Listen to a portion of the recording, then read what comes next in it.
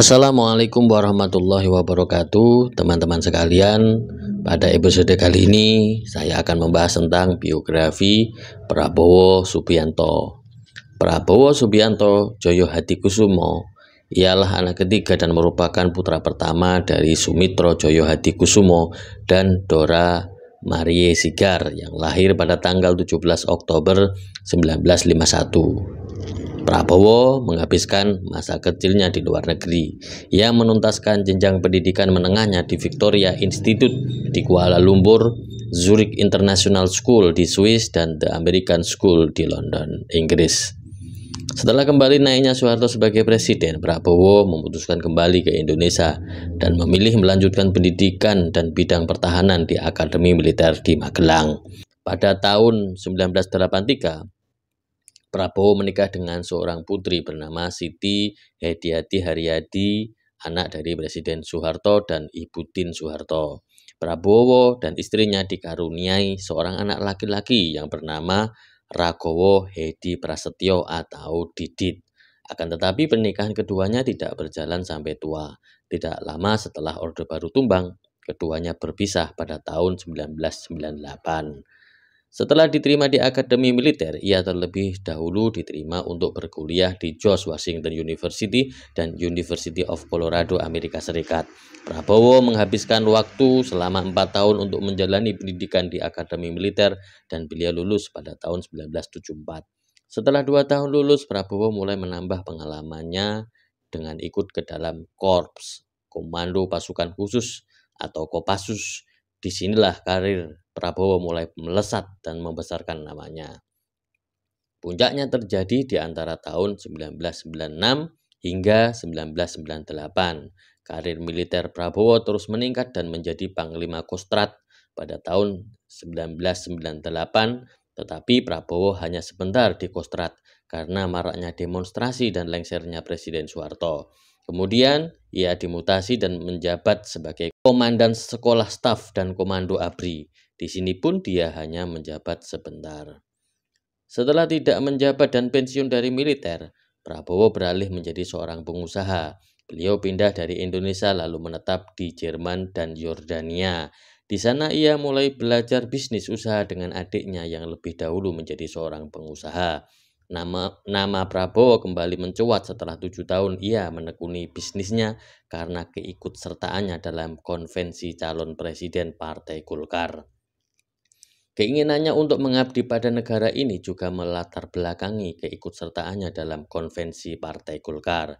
Dalam riwayat perjalanan bisnisnya, beliau memiliki cukup banyak bisnis dan memimpin sekitar 27 perusahaan besar yang berada di Indonesia dan luar negeri. Perusahaan yang ia miliki tidak tanggung-tanggung, antara lain seperti PT Tidar Kerinci Agung yang bergerak di bidang produksi minyak kelapa sawit, PT Nusantara Energi yang bergerak dalam bidang pertambangan, migas, kehutanan, dan plug pertanian, dan juga PT Jaladri Nusantara yang bergerak di bidang perikanan. Selain itu, Prabowo juga memiliki usaha dengan membeli pabrik Kiani Kertas. Perusahaan ini merupakan pabrik pengelola kertas yang dulunya milik Bob Hasan. Dalam pembelian pabrik ini, Prabowo dengan berani mengambil resiko untuk mengambil pinjaman yang cukup fantastis ke Bank Mandiri sebesar 1,8 triliun. Setelah transaksi dan pengalian nama bank ke tangan Prabowo, beliau mengubah nama pabrik itu menjadi Kertas Nusantara. Pada Pilpres 2009, Prabowo merupakan calon wakil presiden yang paling kaya dengan memiliki kekayaan sekitar 1,579 triliun dan 7,57 juta US dollar dengan sekitar 80 kuda yang begitu bernilai sekitar 3 miliar per kuda dan sejumlah mobil BMW dan Mercedes-Benz. Kekayaan yang beliau miliki ini besarnya 160 lipat dari semua aset yang dilaporkannya pada tahun 2003. Bersama sang adik Hasyim Joyo Hadikusumo, Fadlizon, dan Muhdi Purwo Pranyono, serta sederet nama lainnya pada tanggal 6 Februari tahun 2008, Prabowo mendirikan Partai Gerakan Indonesia Raya atau Gerindra. Pada Partai Gerindra, Prabowo menjabat sebagai Ketua Dewan Pembina Dewan Pimpinan Pusat. Partai Gerindra meraih 4,46% dan menempatkan 26 orang wakilnya di DPR RI pada pemilu legislatif Indonesia pada tahun 2009. Pada tanggal 9 Mei 2008, Partai Gerindra menyatakan keinginannya untuk mencalonkan Prabowo sebagai bakal calon presiden pada pemilu tahun 2009.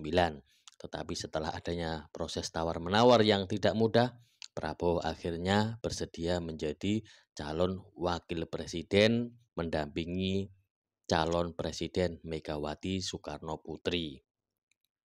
Tetapi kedua pasangan ini tidak berhasil menjadi presiden dan wakil presiden. Pada pemilihan calon presiden tahun 2014, Partai Gerakan Indonesia Raya menyatakan akan mengusung Prabowo sebagai bakal calon presiden Indonesia. Prabowo menyatakan siap untuk dicalonkan sebagai presiden. Pada pemilihan presiden, Prabowo kembali maju dengan menggandeng Sandiaga Uno sebagai cawapresnya. Namun, kemenangan tidak berpihak kepada beliau.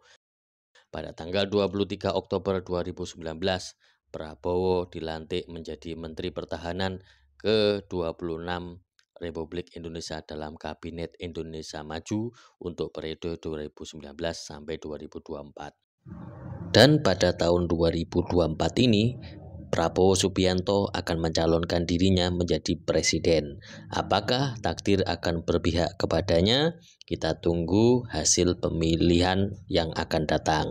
Terima kasih. Assalamualaikum warahmatullahi wabarakatuh.